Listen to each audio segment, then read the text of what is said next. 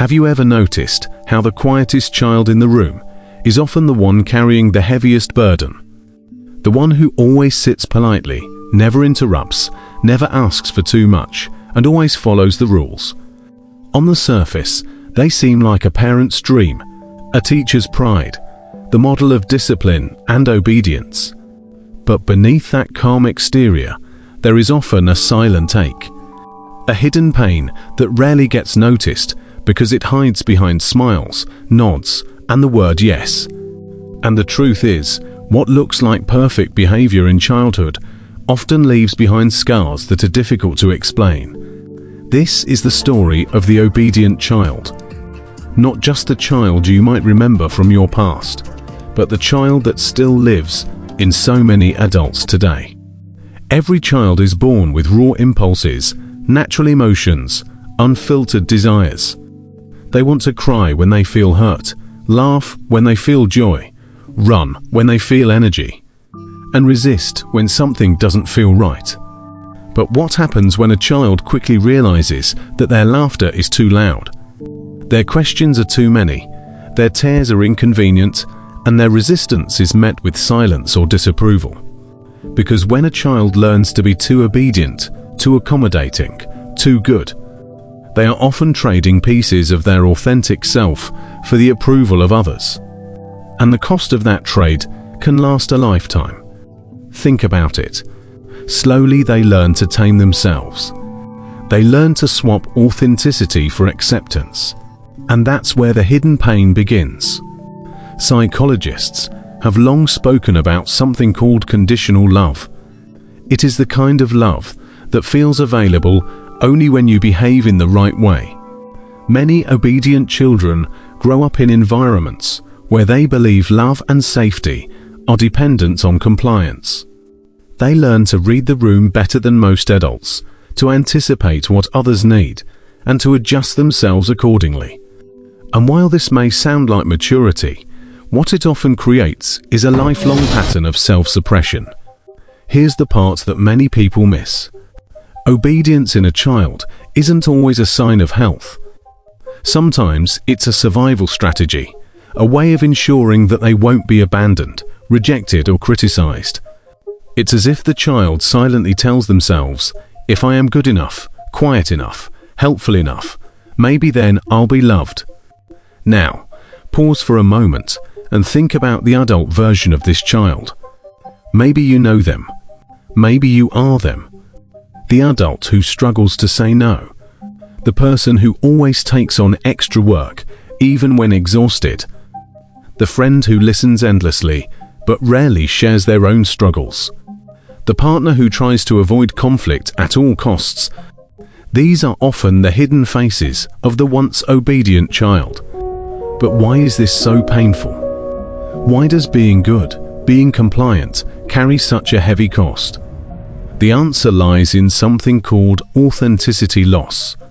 Human beings are wired for expression. We are meant to cry, to argue, to laugh, to play, to question. When those impulses are repeatedly suppressed, the self fragments. The outer self becomes polished, agreeable, and composed. The inner self becomes muted, silenced, sometimes even forgotten. And over time, that inner voice whispers less and less until the person doesn't quite know who they are outside of pleasing others. I want to ask you a question. Have you ever wondered why so many adults struggle with identity, purpose, or self-worth? Could it be that their earliest lessons weren't about discovering who they were, but about shaping themselves into who others needed them to be? That's the silent inheritance of the obedient child. And here's something fascinating. Research in developmental psychology shows that children who are excessively obedient often score lower on measures of self-esteem later in life. Why? Because they were never given the space to build an identity separate from compliance. They were rewarded for erasing parts of themselves, not for discovering them. But let's go deeper. Imagine a child who desperately wants to draw in bright colors, but is told to stay inside the lines. Imagine a child who wants to ask why the sky is blue, but is silenced because the question is inconvenient. Imagine a child who wants to say, "I'm sad," but instead smiles because sadness is not welcomed. Over time, that child learns that self-expression is unsafe, and what's unsafe becomes buried. But buried feelings don't disappear. They transform. Sometimes into anxiety, sometimes into perfectionism, sometimes into a deep sense of emptiness that even achievements cannot fill. This is the paradox of obedience. Society praises it, parents showcase it, teachers reward it, but rarely do we pause to ask, what did that child have to sacrifice to be so good? Now, let's open a curiosity loop here, because the obedient child grows up believing that their worth is tied to performance, to helpfulness, to harmony. But what happens when the adult version of this child finally encounters a moment where obedience is no longer enough? What happens when they follow all the rules at work but still get overlooked? When they give endlessly in relationships but still feel unloved? When they remain quiet in friendships but still feel invisible? That's when the hidden pain surfaces. That's when the cracks begin to show. See, the story of the obedient child is not about childhood alone. It is about how early patterns echo through adulthood. It is about how silence turns into people-pleasing, how compliance turns into burnout, and how the quest for approval turns into a lifelong battle with self-worth. And yet, here's the most striking part. Many obedient children don't even realize the weight they're carrying, because to them, obedience is not a choice. It's an identity. It feels natural, automatic. They don't even recognize how much of themselves they've lost along the way. But let's not mistake this for hopelessness, because within the hidden pain lies a hidden strength. The obedient child learns empathy, sensitivity, awareness. They can read emotions. They can hold space. They can bring harmony into chaos. These are powerful gifts, but the challenge is this.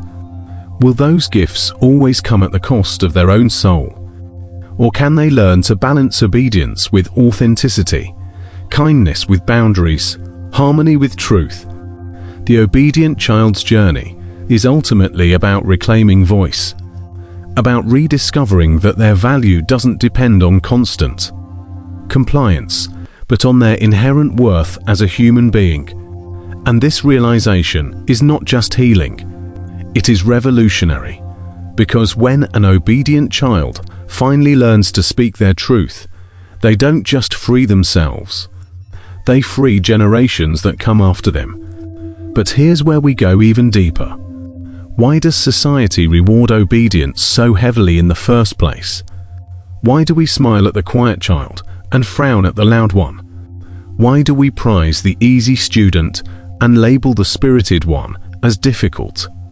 Could it be that we as a culture are more comfortable with compliance than with authenticity? That we would rather raise children who fit neatly into systems than children who challenge and disrupt? And if that's the case, then maybe the pain of the obedient child isn't just personal. Maybe it's cultural.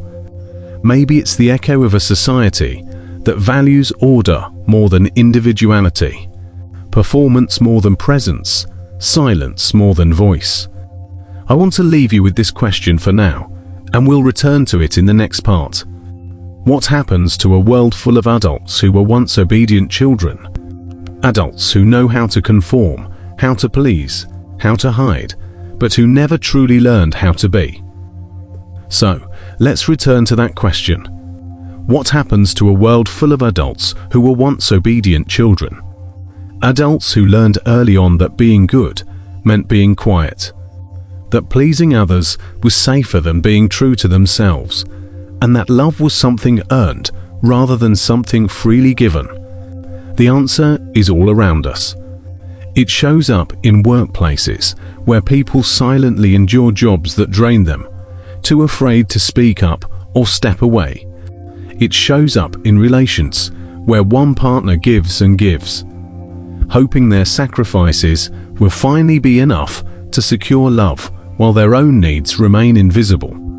It shows up in friendships where someone always listens but rarely feels heard, always comforts but rarely receives comfort. At first glance, these adults seem dependable, reliable, selfless. But if you look closer, you'll notice the weariness in their eyes, the quiet resentment that builds silently, the longing to finally be seen, not just for what they do, but for who they are. And here's the truth. This hidden pain often goes unnoticed because obedient adults rarely make noise. They rarely demand, they rarely disrupt, but inside they carry a silent fatigue, the exhaustion of living a life that feels more like performance than authenticity. Now, let's pause and look at this through psychology. Research in developmental psychology and attachment theory shows us that children who adapt too much to the needs of their environment often develop what's called a false self. The false self is like a mask. It is polished, agreeable, and acceptable to others, but it hides the authentic self underneath. Over time, this false self becomes so practiced that the person almost forgets who they truly are. But the authentic self doesn't disappear. It waits, often in silence, for moments of expression. Sometimes it breaks through in unexpected ways, in art, in sudden bursts of emotion, in quiet rebellion. Sometimes it waits for years, until adulthood offers enough safety to finally risk being real. And this raises a profound question. How do you rediscover your authentic self after years, maybe decades of obedience? The first step is awareness, to recognize that what feels like natural compliance might actually be conditioning. To notice the moments when you say yes, while your heart is screaming no. To notice the tension between what you show the world and what you feel inside. This awareness is not easy, because it often brings grief. Grief for the childhood where your feelings were muted. Grief for the relationships where you never felt fully yourself. Grief for the years spent living as a shadow of who you might have been. But grief, as painful as it is also cleansing. It creates space for something new. The second step is permission. Giving yourself permission to exist outside of others' expectations. Permission to rest even when there's work to do. Permission to say no even when someone else wants a yes. Permission to express feelings that are messy, inconvenient, or vulnerable. This permission is the beginning of reclaiming the self that obedience once buried.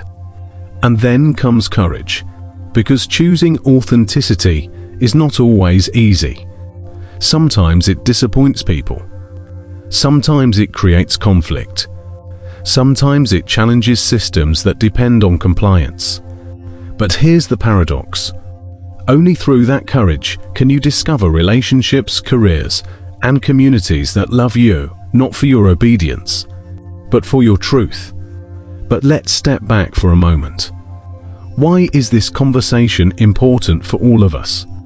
Even if you don't see yourself as an obedient child, because society is built on the backs of obedient adults. Our systems, schools, workplaces, even families often rely on people who quietly follow, who adjust, who suppress. And yet, the greatest innovations, the most profound art, the most meaningful social change has always come from those who dare to break out of obedience. This is why the hidden pain of the obedient child matters. Because if we do not see it, if we do not name it, we risk raising generation after generation of adults who can function, who can comply, but who never truly live. And here's where hope enters. The obedient child is not doomed to remain hidden forever. Many adults who once carried this silent pain eventually begin to awaken. Sometimes it happens in therapy, sometimes through a supportive friend or partner, sometimes through art, writing, or spiritual exploration. And sometimes it begins with something as simple as asking yourself, what do I really want? What do I really feel? What would I do if I stopped trying to be good and started trying to be real? These questions can feel terrifying at first, but they are also liberating. They begin to peel away the layers of obedience to reveal a self that has been waiting patiently underneath. Let me share a thought experiment. Imagine a child who never had to earn love by being obedient. Imagine a child who could express sadness without fear, joy without shame, anger without rejection. What kind of adult would they become? Likely someone with a strong sense of self, someone able to balance kindness with boundaries, someone unafraid to challenge and create. Now, imagine if we as adults could give that kind of space to ourselves, to reparent the obedient child within us to whisper, "You don't have to be perfect. You don't have to always say yes. You are worthy simply because you exist." This shift is not just personal, it is cultural.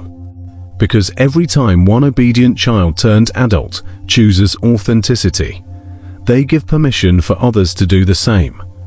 They model a new way of being, one where love is not earned through compliance, but shared through truth.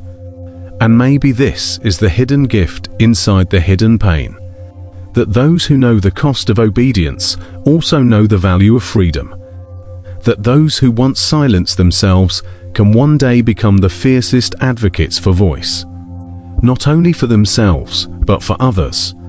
But let's not pretend this is easy. Breaking patterns of obedience can feel like betrayal. Betrayal of family expectations, of cultural norms, of ingrained beliefs.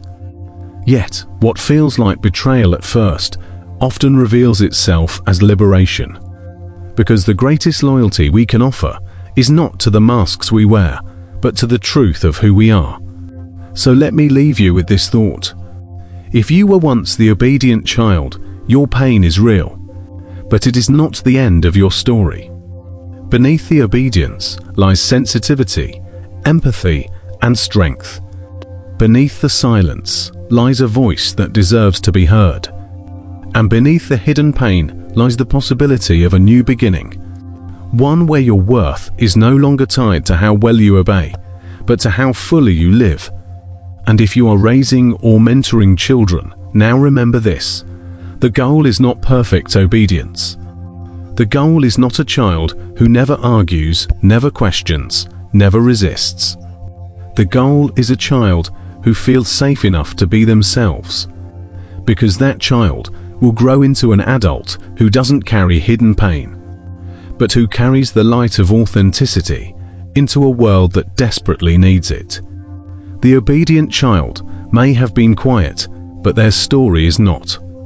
Their story is the story of countless adults learning slowly, courageously, to step out of the shadows and into the fullness of who they are.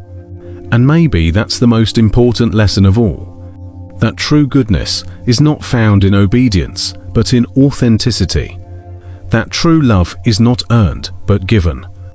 And that the most obedient child can one day become the most authentic adult if they are brave enough to reclaim themselves.